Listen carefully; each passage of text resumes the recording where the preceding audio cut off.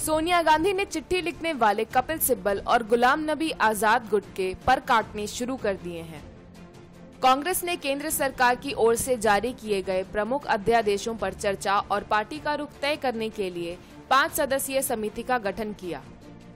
Party के संगठन महासचिव केसी वेणुगोपाल की ओर से जारी एक बयान के मुताबिक कांग्रेस अध्यक्ष सोनिया गांधी द्वारा गठित इस समिति के संयोजक जयराम रमेश होंगे।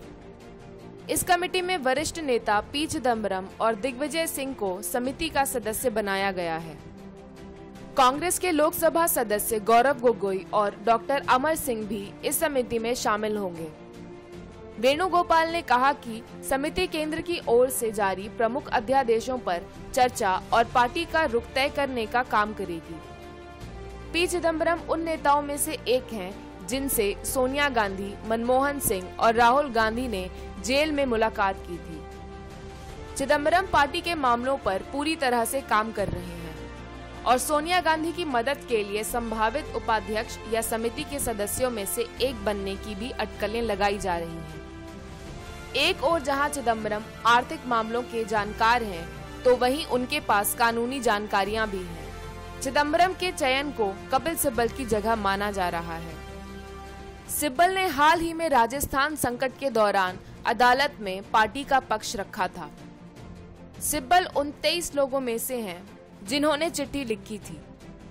इसके साथ ही दिग्विजय सिंह की बात करें तो मध्य प्रदेश संकट के बाद कई लोगों का मानना था कि उनका करियर राजनीतिक रूप से खत्म हो गया, क्योंकि उन्हें ज्योतिरादित्य सिंधिया के पार्टी से जाने के लिए जिम्मेदार माना जाता है। उनकी नियुक्ति गुलाम नबी आजाद और आनंद शर्मा के लिए एक संदेश माना जा रहा है। वही बात जयराम रमेश की करें तो उन्हें समिति का संयोजक बनाया गया है। रमेश की समिति में वापसी को आनंद शर्मा के लिए झटका माना जा रहा है।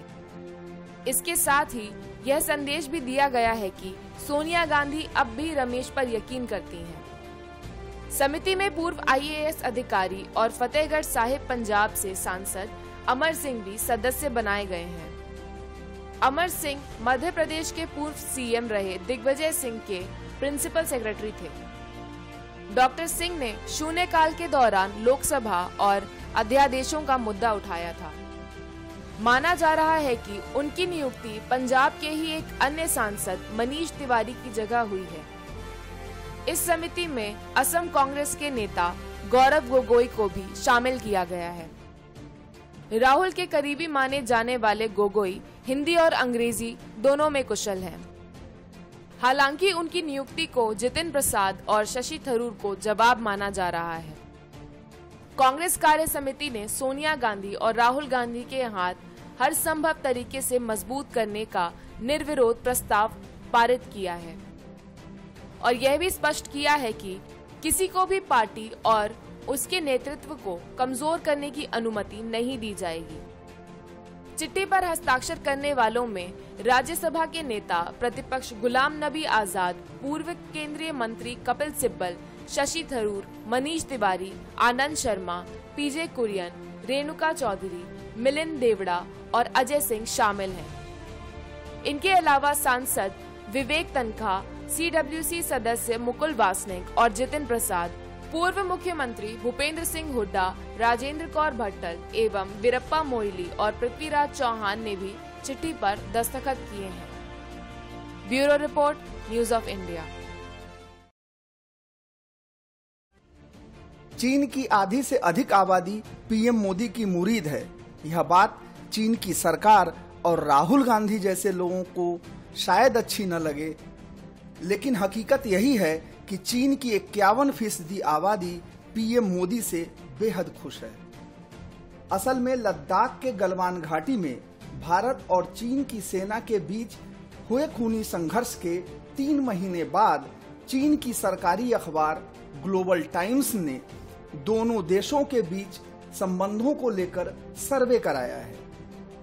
इस सर्वे के परिणाम से यह पता चला कि चीनी लोग भारत के खिलाफ अपने नेताओं के एक्शन से खुश नहीं हैं। इस सर्वे में करीब 51% चीनी लोगों ने भारत की मोदी सरकार की प्रशंसा की है।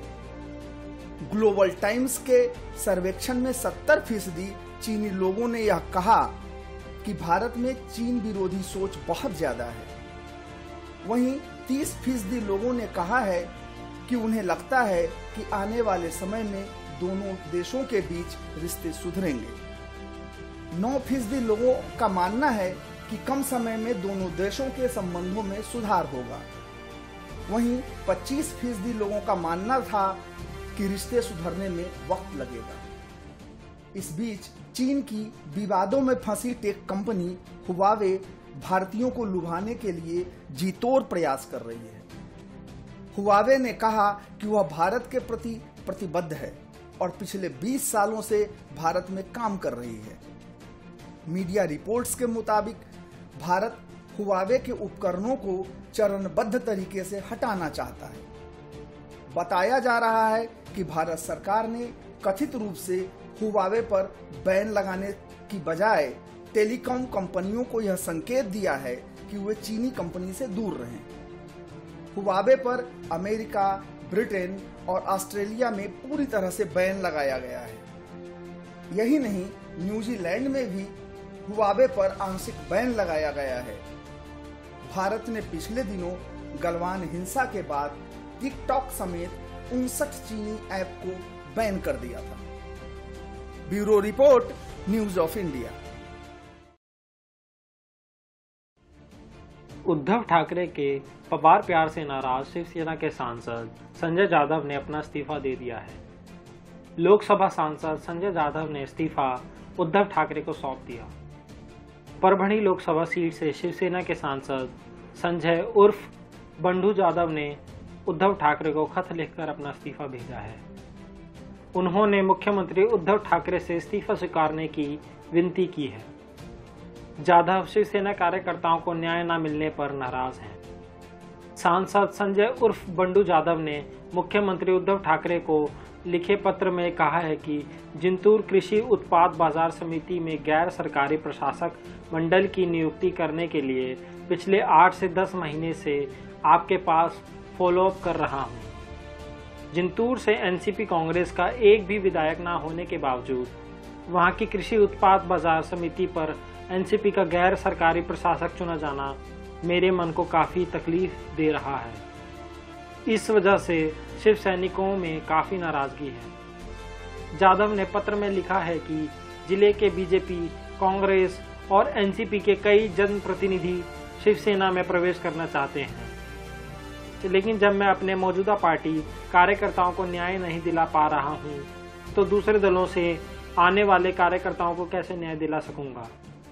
जाधव ने लिखा है कि मैं बाला साहब ठाकरे का शिव सैनिक हूं। अगर कार्यकर्ता को न्याय नहीं दे पाऊंगा तो मेरा सांसद का पद किस काम का। मुझे इस पद पर रहने का नैतिक अधिकार नहीं है। कृपया आप मेरा इस्तीफा स्वीकारिए। Bureau report, news of India. Congress में जारी घमासान अब तेज होता जा रहा है। पार्टी पर अपनी तरफ से कब्जा करने के बाद गांधी वाड्रा परिवार ने उन लोगों को निशाना बनाना शुरू कर दिया है जिन नेताओं ने सोनिया गांधी की हुकूमत को चुनौती दी।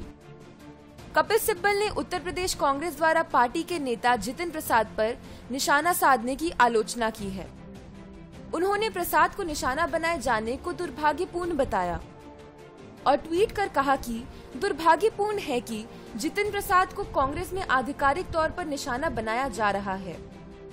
कांग्रेस को बीजेपी पर सर्जिकल स्ट्राइक करने के बजाय अपनी ही पार्टी के नेता को निशाना बनाने में मेहनत करनी पड़ रही है।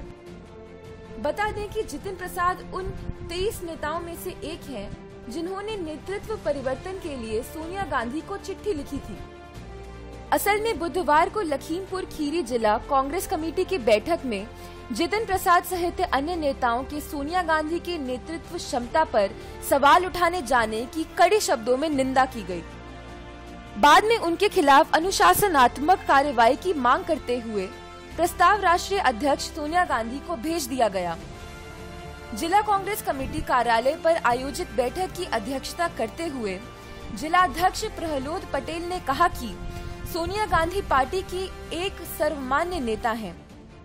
वह लोग राहुल गांधी और प्रियंका गांधी में पूरा विश्वास रखते हैं। वक्ताओं ने कहा कि कोरोना की आपात स्थिति और जब सोनिया गांधी अस्वस्थ थी, राजस्थान और मध्य प्रदेश की सरकारों पर भी बीजेपी हमला कर रही थी। ऐसे में जितिन प्रसाद सहित वरिष्ठ नेताओं ने पत्र लिखकर सोनिया गांधी की कार्यक्षमता पर उंगली उठाई। हस्ताक्षर करना यह दर्शाता है कि इन लोगों की सोनिया गांधी और कांग्रेस में कोई आस्था नहीं है। जो काम बीजेपी कर रही है वही काम इन लोगों ने किया है। निंदा प्रस्ताव में यह भी कहा गया है कि जितिन प्रसाद का पारिवारिक इतिहास गांधी परिवार के खिलाफ रहा है। इनके पिता ने सोनिया गांधी के खिलाफ चुनाव लड़कर इसका सबूत दिया है। इसके बाद भी सोनिया गांधी ने उन्हें लोकसभा का टिकट देकर सांसद और मंत्री बनाया। जितिन प्रसाद का यह कृत्य अनुशासनहीनता है। जिला कांग्रेस कमेटी इसकी कड़े शब्दों में निंदा करती है और उनके खिलाफ भी अनुशासनात्मक कार्रवाई की मांग करती है। Bureau report, news of India. Rahul Gandhi और वकील प्रशांत भूषण इन दिनों काफी चर्चा में हैं। राहुल गांधी को उनकी पार्टी के लोग नेता मानने से इनकार कर रहे हैं, तो प्रशांत भूषण अदालत की अवमानना के मामले में सुप्रीम कोर्ट की कार्यवाही का सामना कर रहे हैं। लेकिन पाकिस्तानी मीडिया दोनों की ही फैन बन चुकी है। पाकिस्तान की मीडिया चाहती है कि दोनों ही मिलकर काम करें। खूब जमेगी जब मिल बैठेंगे दो यार। पाकिस्तान के सबसे बड़े अखबार डॉन में लिखे एक कॉलम में प्रशांत भूषण और राहुल गांधी की जमकर तारीफ करते हुए उन्हें साथ मिलकर काम करने की सलाह दी गई है। पाकिस्तानी अखबार डॉन के दिल्ली में स्थित संवाददाता जावेद नकवी ने अपने कॉलम में लिखा कि राहुल गांधी की विपक्षी नेता के तौर पर तारीफ होनी चाहिए, क्योंकि वह प्रधानमंत्री नरेंद्र मोदी के शासन में डटकर खड़े होते हैं। प्रशांत और राहुल की नियति कहीं न कहीं मिलती है। अगर दोनों अपनी असीम ऊर्जा को मिला लें तो वे दक्षिणपंथी ताकतों में भारतीय लोकतंत्र को बचा सकते हैं। नकवी ने लिखा है कि लोकसभा में 10% से भी कम सीटों पर सिमटी कांग्रेस ही एकमात्र पार्टी है जिसकी पहुंच कश्मीर से लेकर कन्याकुमारी तक है। कांग्रेस कई सालों में हुई गलतियों की भी प्रतिनिधि है, जिससे दक्षिणपंथी नेताओं को सत्ता पाने का मौका मिला। दावा किया गया है कि कांग्रेस ने क्रोनी कैपिटलिज्म को भी ऑक्सीजन दिया, जिससे सामाजिक विभाजनकारी ताकतों ने सत्ता ले ली। पाकिस्तानी अखबार का दावा है कि प्रशांत भूषण उद्योगपतियों और राजनेताओं के बीच में नेक्सस को खत्म करने का प्रयास करते रहे हैं। साथ ही उन्हें दलितों मुस्लिमों के लिए बोलने वाला बताया गया है। लेख में लिखा है कि वो कश्मीर के अधिकार के लिए भी आवाज उठाते रहे हैं।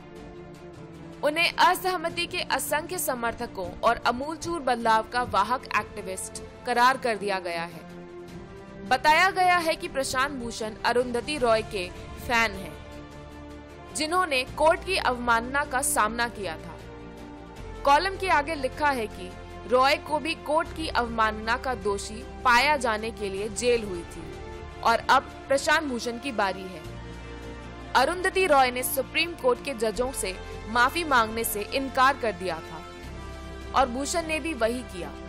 प्रशांत भूषण ने कोर्ट में अपना रुख साफ किया और कहा कि अगर वे अपने विचारों से पीछे हटते हैं जिनसे जजों की अवमानना हुई है, तो फिर ये उनकी भी अंतर आत्मा की अवमानना होगी। पाकिस्तानी पत्रकार ने प्रशांत भूषण की जमकर तारीफ की।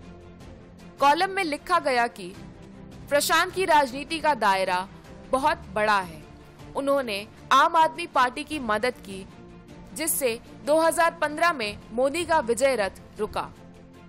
हालांकि बाद में प्रशांत भूषण आम आदमी पार्टी के मुखिया अरविंद केजरीवाल से अलग हो गए, क्योंकि भूषण को लगा कि केजरीवाल भी उसी रास्ते पर चल रहे हैं जिसकी कभी वे मिलकर आलोचना किया करते थे। इसके बाद राहुल गांधी की तारीफ करते हुए दोनों को ही एक होने की सलाह दी गई। कहा गया कि राहुल को मीडिया और बीजेपी ने बदनाम कर रखा है। प्रधानमंत्री मोदी से लेकर मीडिया घराने तक उन्हें कई नामों से संबोधित करते हैं। प्रधानमंत्री ने कांग्रेस मुक्त भारत का संकल्प लिया है। दावा किया है कि अयोध्या में राम मंदिर भूमि पूजन पर उनकी नाराजगी को सत्ता पक्ष ने हाईजैक कर लिया। कॉलम के अनुसार राहुल गांधी ने राम मंदिर, चीन विवाद, कोरोना आपदा और राफेल पर सरकार के खिलाफ बोला। कॉलम में कहा गया है कि जैसे प्रशांत भूषण ने सुप्रीम कोर्ट में कहा, वैसे राहुल ने भी कहा कि वह सरकार की जन विरोधी नीतियों की खुलकर आलोचना करते हैं, चाहे उनका राजनीतिक करियर ही दांव पर क्यों न लग जाए। कॉलम के मुताबिक वर्तमान में कोई ऐसा राजनेता नजर नहीं आता है जो राहुल गांधी की तरह अपना करियर भी दांव पर लगा देने की तैयारी में हो। इसके अलावा कई और वजहें हैं जिसकी वजह से राहुल गांधी और प्रशांत भूषण को साथ आना चाहिए। Bureau report, news of India. Sushant Singh Rajput मामले की जांच जैसे जैसे आगे बढ़ती जा रही है, रिया चक्रवर्ती के खिलाफ आरोपों का पिटारा खुलता जा रहा है। एक के बाद एक ऐसे खुलासे हो रहे हैं जिससे बच पाना रिया चक्रवर्ती के लिए आसान नहीं होगा। सुशांत सिंह राजपूत मामले में सीबीआई के साथ साथ प्रवर्तन निदेशालय यानी ईडी भी इस केस में फाइनेंशियल एंगल से तफरीश कर रहा है। इस बीच ईडी ने सुशांत सिंह राजपूत की गर्लफ्रेंड रिया चक्रवर्ती के 2 मोबाइल फोन क्लोन किए हैं। इन दोनों ही फोन के डिजिटल डेटा का एनालिसिस किया जा रहा है। फोन की क्लोनिंग के बाद सुशांत सिंह केस में बड़ी लीड मिली है। खबर के मुताबिक रिया चक्रवर्ती की सैमुअल मिरांडा, भाई शैविक चक्रवर्ती, दीपेश, जया साहा, सिमोन खंबाटा और गौरव आर्या के साथ व्हाट्सएप चैट सामने आई है। इससे पता चला है कि रिया और सैमुअल मिरांडा लगातार एक दूसरे के संपर्क में थे और सुशांत के फंड को अपने पर्सनल काम के लिए इस्तेमाल कर रहे थे। रिपोर्ट में दावा किया गया है कि सैमुअल मिरांडा के जरिए रिया ने सुशांत के डेबिट कार्ड का पिन नंबर हासिल किया। सीबीआई टीम रिया चक्रवर्ती के भाई शैविक से डीआरडीओ गेस्ट हाउस में पूछताछ कर रही है। पिता इंद्रजीत चक्रवर्ती को भी पूछताछ के लिए समन भेजा गया है। इस बीच रिया चक्रवर्ती ने एक निजी टीवी चैनल में इंटरव्यू दिया जिसमें उन्होंने सुशांत सिंह के साथ यूरोप टूर को लेकर कई बातें बताई हैं। रिया ने दावा किया है कि सुशांत को फ्लाइट से डर लगता था, जिसके लिए वे मोडाफिनेल नाम की दवा लेते थे। उनके मुताबिक अक्टूबर 2019 में यूरोप टूर पर जाते वक्त फ्लाइट में बैठने से पहले भी सुशांत ने यह दवाई ली थी। मोडाफिनेल आमतौर पर ज्यादा नींद आने की बीमारी के लिए दी जाती है। इसके पहले यह खुलासा हुआ कि रिया के कहने पर सुशांत के घर से भी डिजिटल सबूत डिलीट किए गए। अब फिर रिया चक्रवर्ती सुर्खियों में आ गई हैं। वजह है रिया चक्रवर्ती का इंटरव्यू। इस इंटरव्यू को ऑन एयर करने को लेकर विरोध जताया जा रहा है। सुशांत की बहन श्वेता सिंह कीर्ति ने ट्विटर के जरिए भारत सरकार से अपील की है कि इस इंटरव्यू को न दिखाया जाए।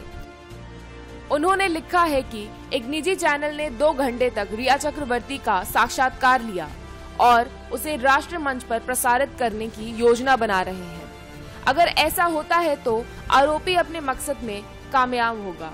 यह मेरे भाई के न्याय के लिए लड़ने वाले 130 करोड़ भारतीयों के चेहरे पर तमाचा होगा।